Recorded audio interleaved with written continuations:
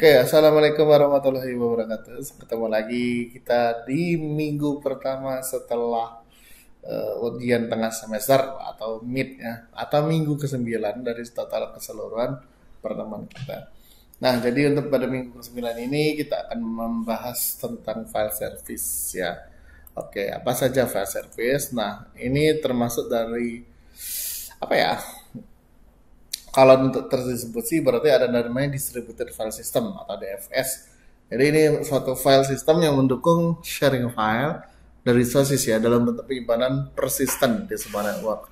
Nah, pertama kali ini di-develop ya pada tahun 1970 dan soon NFS ya menjadi DFS atau pertama yang banyak digunakan setelah awal pemunculannya atau peluncurannya di tahun 85 ya atau 1985 yang lalu. Nah, DFS yang terkenal selain NFS adalah AFS atau Andrew File System dan CIFS atau Common Internet File System.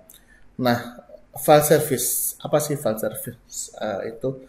Jadi ini suatu perincian atau pelayanan dari file system yang ditawarkan pada komputer ya, klien tentunya. Nah, suatu file server ini implementasi dari file service yang berjalan pada satu maupun lebih mesin ya. Nah, file itu sendiri juga berisi dari nama, name, data, and attribute file ya. Seperti misalkan ada kepemilikan file, file user, terus ada ukuran, size ya, terus waktu pembuatan file dan hak atas file. Nah, file system juga merupakan mekanisme penyimpanan online serta untuk akses baik data maupun program yang berada dalam satu sistem operasi. Nah, seperti ini ya, di gambar Anda, di Bapak Ibu, di layar Anda bisa Anda lihat hubungan antara client service ya atau file service. Oke, jadi setelah dilihat dari gambar tadi, maka untuk sebuah file server ini menyediakan file service ke klien. Nah, dari sisi klien ini terdapat interface ya. Jadi untuk file service dalam hal operasi primitive file, misalkan seperti membuat file create ya, terus menghapus, delete, dan read atau write file. Nah, jadi komponennya ini yang perangkat keras utama ini biasanya untuk mengontrol sebuah local storage. Biasanya umumnya disk drive ya atau HDD atau hard disk drive. Nah, di tempat itulah file-file ini kemudian disimpan dan dari tempat tersebut juga request client meretrieve ya, meretrieve file pada DFS client, server juga dan juga perangkat penyimpanan merupakan mesin terpisah dalam sebuah lingkungan yang terdistribusi atau biasa disebut intranet. Nah, jadi aplikasi untuk aktivitas layanan ini ya, service dibawa melewati jaringan atau network. Jadi selain sistem memiliki satu data terpusat. Nah, untuk sistem sendiri ini memiliki beberapa perangkat penyimpanan independen. Jadi DFS ini dapat diimplementasikan sebagai bagian dari sistem operasi terdistribusi dengan sebuah layer software yang tugasnya mengatur komunikasi antara sistem operasi konvensional dan file system. Nah, kelebihannya ini adalah meningkatkannya performa dari DFS tersebut. Nah, untuk menjadi tolak ukur pengukuran performanya adalah waktu yang dibutuhkan dalam merespon request layanan ya. Oke. Nah, karakteristiknya apa saja untuk file system ya? Biasanya dia bertanggung jawab dalam pengorganisasian, penyimpanan, restore ya, pencarian keterangan, terus penamaan, sharing ya, maupun pembagian dan protection atau perlindungan dari file-file. Nah, untuk yang biasanya aksesnya ini yang biasanya terbatas ya, misalkan pada operasi pada file ini data plus atribut disuruh namanya create ya atau delete, query atau modifikasi, terus open atau close atau read write ya atau access control. Nah, terus ada namanya organisasi penyimpanan atau struktur directory, hierarki dan patch name atau metadata pengaturan informasi, atribut file, informasi, struktur dan lain sebagainya. Nah, untuk atributnya sendiri ini ada beberapa, pertama atau dan nama atau name ya. Jadi ini satu-satunya informasi dalam bentuk yang bisa dibaca oleh manusia atau human readable form. Terus ada type ya, ada tipe-tipenya. Terus ada lokasi, location, ini merupakan poin atau penunjuk dari device ke lokasi file pada device yang berada ya. Terus ada size atau ukuran, ini untuk ukuran file ya. Terus ada biasanya kalau size ini byte ya, dalam ukuran byte, huruf maupun atau blok. Nah, terhadap proteksi ini mengenai kontrol akses. Misalkan siapa saja yang boleh membaca, menulis maupun mengeksekusi file.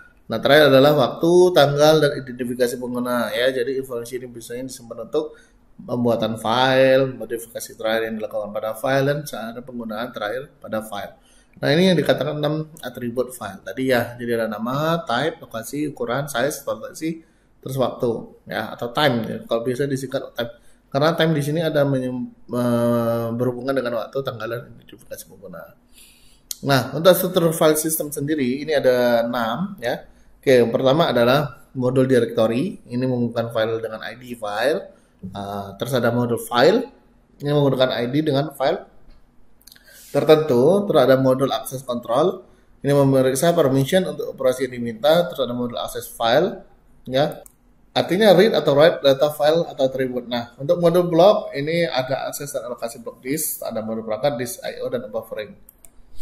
Nah, oke, selanjutnya pada komponen file service ya. Ini terdiri dari file service, directory service, dan naming service. Nah, ini akan kita bahas lagi untuk naming service-nya ya. Nah, untuk kebutuhan filenya ini ada beberapa ya, yaitu transparansi ya, karena kita harus transparansi untuk file. Biasanya ini untuk keseimbangan antara fleksibilitas dan skalabilitas ya. Terhadap concurrent file updates. Jadi ini perlu adanya pembaruan file serentak bersamaan ya, antara file service dan client. Nah, terus ada file replication. Nah, replikasi ini dapat untuk share load ya. Terus ada untuk mempertinggi fault tolerance dan untuk mempertinggi scalability ya. Nah, jadi kebanyakan sistem yang ada ini dapat melayani caching dengan replication terbatas. Sebagian dapat melayani full replication itu sendiri. Nah, yang terakhir ada namanya hardware dan operating system. Biasanya untuk heterogenitas maupun kesamaan ya, ini adalah kebutuhan yang sangat penting dalam melayani keterbukaan. Nah, oh ya, masih ada ternyata untuk yang kelima adalah fault tolerance ya, atau untuk error ya, biasa untuk negosiasi ya. Terus ada konsistensi ya, ada security. Nah, ini semua sistem layanan mekanisme, dan terakhir adalah efisiensi. Nah, itu ada kebutuhannya. Oke. Nah, untuk file service arsitektur sendiri ya, ini ada 3. Pertama adalah layanan flat file atau flat file service. Ini beroperasi pada isi file. Terus ada namanya UFID, Unique File Identifier. Terus ada layanan directory service. Ini menyediakan pemetaan tanda nama sebagai teks ya ke UFIDs.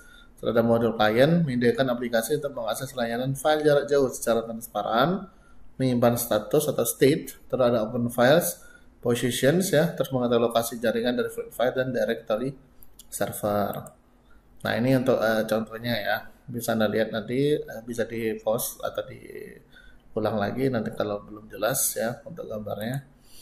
Nah, untuk arsitektur, nah kita lebih lanjut ke sini aja deh. Nah ya, lebih jelasnya biasanya untuk arsitektur NFS atau NAM file service ya. Nah, itu ada client komputer dan hubungannya dengan komputer server. Di situ ada namanya kernel Unix ya, karena di tengah-tengah itu ada RPC atau Remote Procedure Call ya. Nah, ada jenis-jenisnya, nanti ada UDP maupun TCP ya. Nah, jadi di dalam client komputer ada namanya application program ya. Di sini ada sistem call Unix, ada kernelnya. Di dalam untuk virtual file system. Nah, ini hubungan yang lokal, data lokal ya. Ada file system dan ada other file system. Nah, di sini baru nanti ada untuk remote-nya untuk client. Nah, hubungannya juga nanti ke sini ke server komputer. Nah, di sini ada namanya virtual file system, baru masuk ke unique file system ke database ya, nanti masing-masing. Kayak beginilah untuk arsitektur dari NFS. Oke, itu saja yang dapat saya sampaikan untuk pada minggu awal dari setelah OTS ini, atau minggu ke-9 dari total keseluruhan pertemuan kita pada pertemuan ini ya. Saya ucapkan kalau ada pertanyaan sebelumnya saya himbaukan di WhatsApp group ya, tadi Google Classroom. Kalau ada pertanyaan maupun ada komen ya. Nah, itu saja yang dapat saya sampaikan pada pertemuan ini. Terima kasih. Wabillahi taufiq wal hidayah. Wassalamualaikum warahmatullahi wabarakatuh. Sampai ketemu lagi dan bye. Salam Budi.